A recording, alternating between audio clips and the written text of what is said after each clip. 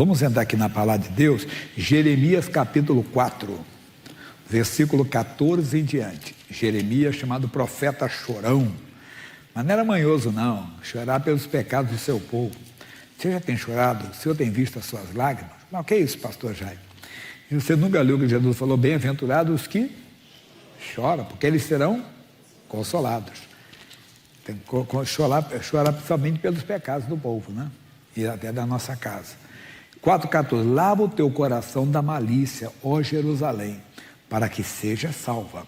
Até quando permanecerão no meio de ti os teus maus pensamentos? Nós temos que tomar uma posição. Nós queremos andar com Deus, então nós devemos tomar cuidado com o que pensamos. O que está dentro de nós, que não é visto pelos homens, mas é visto por Deus.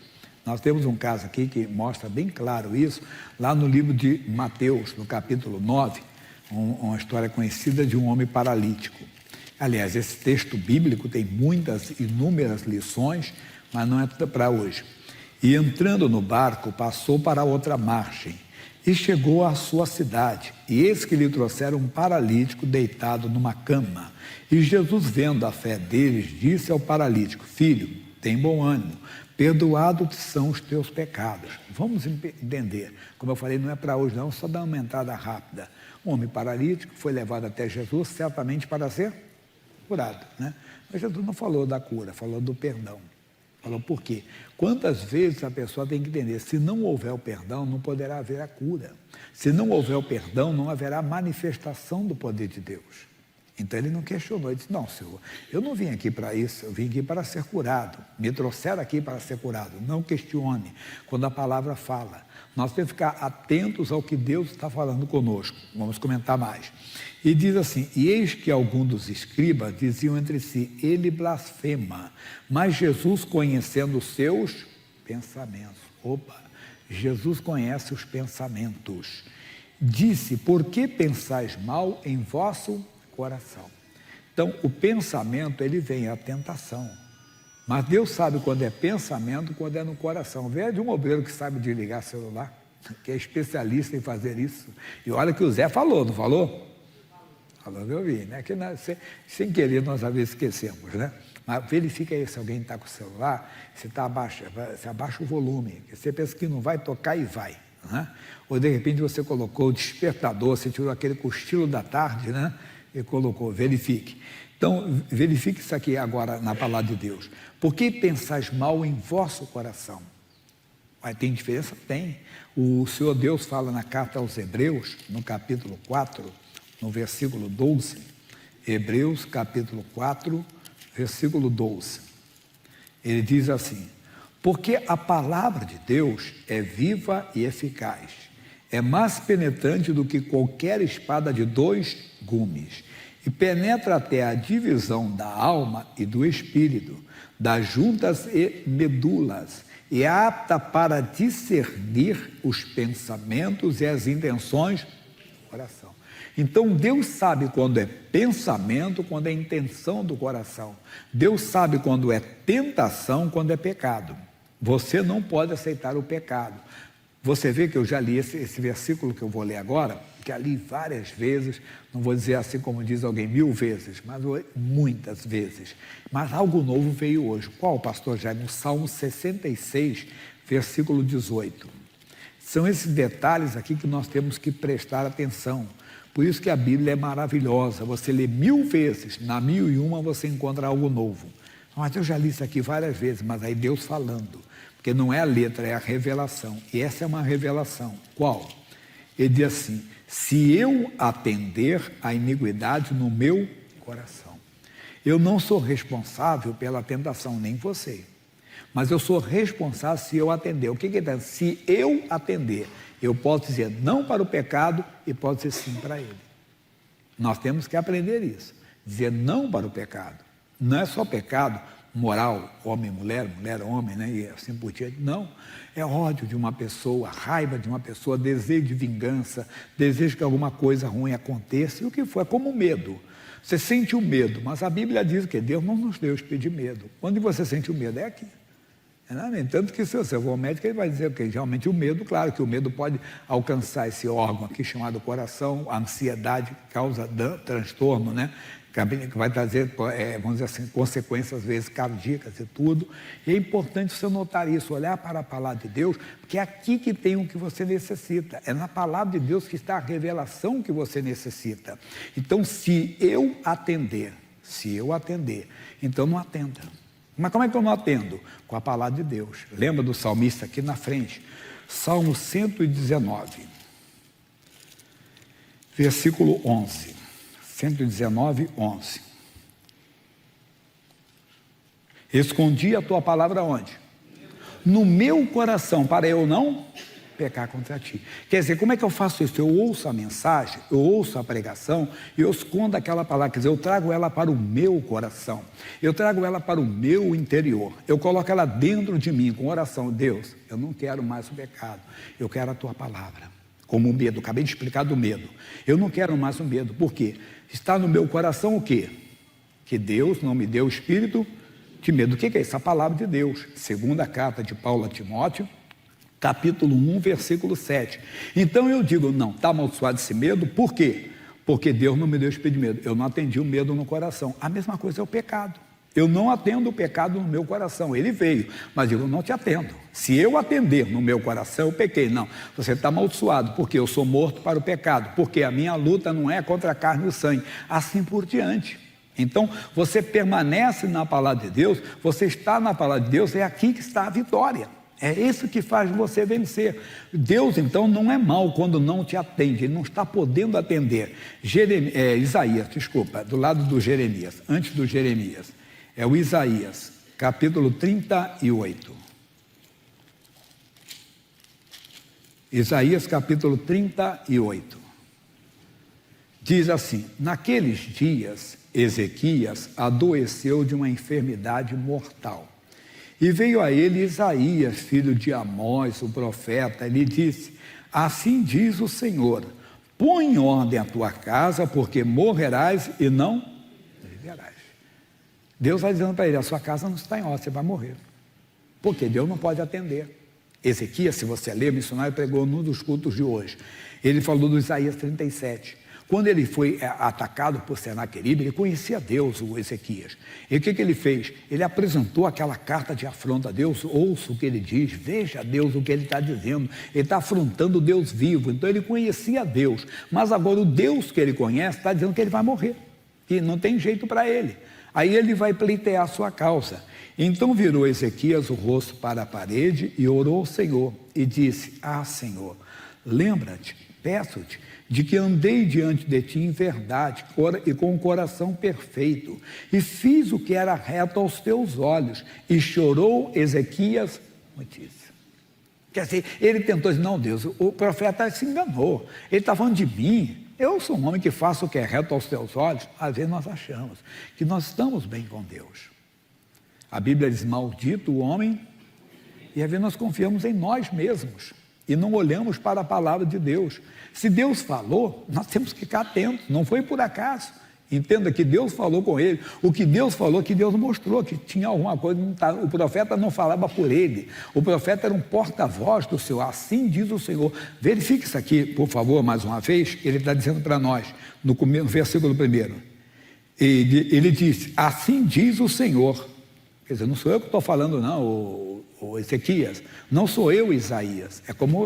Não é o pregador, ele prega, mas quem fala é Deus. Você tem que ficar atento ao que Deus fala ao seu coração numa mensagem, o que Deus fala com você numa pregação. Quer dizer, quando está sendo dada a palavra, quando está sendo pregado, você fica atento àquilo que Deus está falando. Deus não falou por acaso. Ele está dizendo: Deus, ele não disse que o profeta, ele está dizendo para Deus: Deus, o senhor se enganou, o senhor está enganado, Deus. Como é que eu tenho que colocar minha casa em ordem? Que é isso? Eu ando com o coração perfeito. Mas ele parou, e ele viu que não estava em ordem, e ele chorou muitíssimo. Então veio a palavra do Senhor a Isaías dizendo: vai e dize a Ezequias: assim diz o Senhor, o Deus de Davi teu pai, ouvi a tua oração. Irmãozinho, Deus ouve oração. Ele não queria ouvir oração. A oração ali, eu chamo que essa oração era personalíssima. O que é isso? O Isaías não podia representar o rei Ezequias. O profeta não poderia representar o rei. Tem situação que não adianta eu orar por você. É você com Deus. É você que tem que colocar a casa em ordem. É como eu digo assim, eu erro quando eu peço, sei lá, faço uma coisa errada contra você. E você libera o perdão. Jesus, tem misericórdia do Jaime, eu libero o perdão para ele. Mas eu que atendi a iniquidade, eu tenho que atender então o perdão. Eu tenho que me lavar, como Jeremias falou. Eu tenho que lavar o meu coração. Como é que eu lavo? Confessando. Se confessarmos os nossos pecados, ele é fiel e justo para nos perdoar, e o sangue do seu Filho nos purifica de toda injustiça, de toda obra das consequências do pecado. É isso que Deus faz. Então é necessário. Ele queria ouvir, não era a oração de outro, era dele. Então a oração é personalista. Atendeu, Deus me entregou, eu atendi. Atendeu o ódio. A Bíblia te mandou você amar o Senhor, você está odiando. Deus mandou você orar pelo que persegue e maldade, você está sendo omisso, não está orando. É pecado, pecado da omissão. Ele diz, orai, é imperativo mesmo. O que é isso? Soa como uma ordem, como um mandamento do Senhor. Orai, pelos que vos perseguem e vos maldade. Deus não mandou você xingar a pessoa, ameaçar a pessoa, brigar com a pessoa, ou só no coração, ficar com ódio dela, não. Mas ela fez o mal, fez, mas você tem que amar essa pessoa. Se você não está amando, você está pecando por omissão, porque Deus mandou. Se você não conhece, tudo bem, mas você conhece essa palavra. E você não atende. Assim diz o Senhor, e você não está ouvindo. E ele mais diz, envia as tuas lágrimas. Aí lembrando que Deus não vê como vê o homem vê o que está diante dos seus olhos, Deus olha para o coração. Quer dizer, Deus viu um coração quebrantado, Deus viu um coração mudado, Deus está olhando para o meu coração, o seu coração. Quando nós somos tentados, Deus vê isso também. Lembra do Salmo? Não preparei no esboço para hoje, não. Mas é o Salmo 17, versículo 3. Deixa eu ler ali com vocês. Que ele diz assim, provaste o meu coração, visitaste-me de noite, quando estou sendo tentado. Examinaste e nada achaste. O que pensei? A minha boca, quer dizer, a boca fala do que eu penso? Não, do que? Porque está no coração. Então, o que eu pensei, que se a tentação que veio, eu não assumi. Se eu atender, lembra da revelação, se eu atender a iniquidade no meu coração, o Senhor não me ouvirá. Ele não pode atender. Jesus, essa pessoa me maltratou muito, mas o Senhor tem misericórdia, eu tenho que cumprir o que o Senhor falou, Jesus. O Senhor mandou amar essa pessoa, querer o bem dela, então eu vou querer o bem dela. O Senhor diz para orar pela pessoa que me persegue e me maltrata, eu oro por essa pessoa, tem que ela se arrependa. Essa é a oração que temos que fazer, e às vezes não fazemos, porque não estamos ouvindo o Senhor, e Ele está dizendo isso para nós hoje. Ele está dizendo que Ele ouve a oração, mas Ele vê o coração, e Ele está vendo. E eis que acrescentarei aos teus dias 15 anos, Deus nos dá mais do que pedimos ou pensamos. Aí no versículo 17, diz o seguinte, ele diz, eis que para minha paz eu estive em grande amargura. Ezequias depois entendeu, às vezes nós entendemos. Nós entendemos que às vezes até a morte, que é isso, pastor Jaime? Verdade. A Bíblia diz que todas as coisas cooperam para o bem daqueles que amam. Todas é o quê? São todas. Todas, até a morte. Às vezes Deus permite, o corpo é destruído e o espírito é salvo. Nós ficamos chateados e tudo, mas depois Deus mostra. Olha, sabe, os dias foram cumpridos, Deus deixa a pessoa. Deus permitiu, o corpo foi embora, foi destruído, mas aquela pessoa foi salva para o dia do Senhor. Então, todas as coisas, então, eis que para minha paz eu estive em grande amargura. Eis que para minha paz eu tive grande amargura. Então Deus permite essa amargura para você acordar, despertar, como Deus dizendo, eu não estou contigo. Você atendeu a iniquidade, você está com ódio no coração, ou está com omissão, não está fazendo, está sendo rebelde à minha voz. Quantas vezes a pessoa ouve a palavra, ouve o que Deus fala, mas não quer, então ela está perdendo, ela vai perder. Tome cuidado com isso que você está ouvindo hoje. Vamos voltar lá, pessoal, onde nós começamos, no profeta Jeremias. No capítulo 4, 14, diz, lava o teu coração da malícia. Desculpa a expressão, não seja esperto, irmão. Não adianta. Pode ter certeza disso. Não tem. Não tem nada oculto que não venha a ser revelado. Leia Marcos 4, 22. Deixa eu conferir ali. Marcos 4, 22. Diz assim, porque nada há encoberto que não haja de ser manifesta. E nada se faz para ficar oculto, mas para ser misericórdia, pastor, já não tem. Então, lava a malícia, quer dizer, não pensa que você é que ninguém... Não, é mais ou menos, eu fiz uma comparação, não estou acusando ninguém, nem afrontando ninguém, nem jogando verde para coisa, mas nem ofendendo ninguém, entenda bem. É mais ou menos a pessoa vai numa viagem, né? E ela está com uma coisa errada na bagagem, sei lá, ou está com joias, tudo ali, e ela passa pela alfândega numa parada, puxa, me dei bem. Mas Deus vê tudo, irmão. Não estou falando da pessoa, não, estou falando só assim. Nós passamos pela vida, achamos que não fomos descobertos. E aqui que a Bíblia diz, depois da morte, é o juízo. Aí ele vai julgar. Por isso que tem que ser manifesto agora, nós devemos louvar a Deus. É como a pessoa vai fazer o exame e diz assim, tomara que não dê nada. Tomara que não dê nada mesmo, mas se tiver, que Deus anule. Não que não apareça no exame, porque aí não aparece, você não se trata. Quer dizer, não é o exame como deveria ser feito, não é o exame uma máquina boa, ou sei lá, o que eles fazem lá, não é certo. Não, tem que se aparecer, vai aparecer, aí nós vamos tratar aquilo ali, não é verdade? O médico vai passar até que virou, descobri isso aqui. Não, aqui já tinha, ele não inventou, ele não criou nada, quer dizer, não ficou oculto ali diante dos olhos, naquela imagem, né, naquele exame de imagem ou de laboratório, apareceu ali a normalidade. Mas o que eu estou falando? Não deixa nada oculto, não. Examine-se o homem assim mesmo, se examine, Deus se tem. É oração minha repetida, eu não digo nem repetida, é constante. O quê? Deus tira de mim o que tem que ser tirado, muda em mim o que tem que ser mudado, acrescenta o que tem que ser acrescentado, mas Deus, eu sou teu, quero andar contigo. Andarão dois juntos?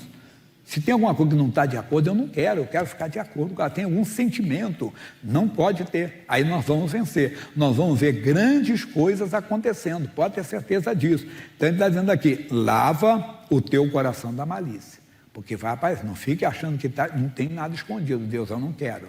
E se sabe que tem, você não tem que esperar ser, vamos dizer assim, não, se apresente. Paulo falou aos Coríntios, 11:31, Jaime, isso, ele diz, primeiro aos Coríntios, porque se nós nos julgássemos a nós, não, você se julga, não, eu tenho isso, Deus, eu não quero. É como o pessoal que tem essas associações que tratam de alcoólatras, dependentes químicos. Uma das condições da pessoa é que tem que assumir que ela é alcoólatra. Ela tem que assumir que é dependente químico para ter ajuda, senão não vão ajudar, você tem que assumir.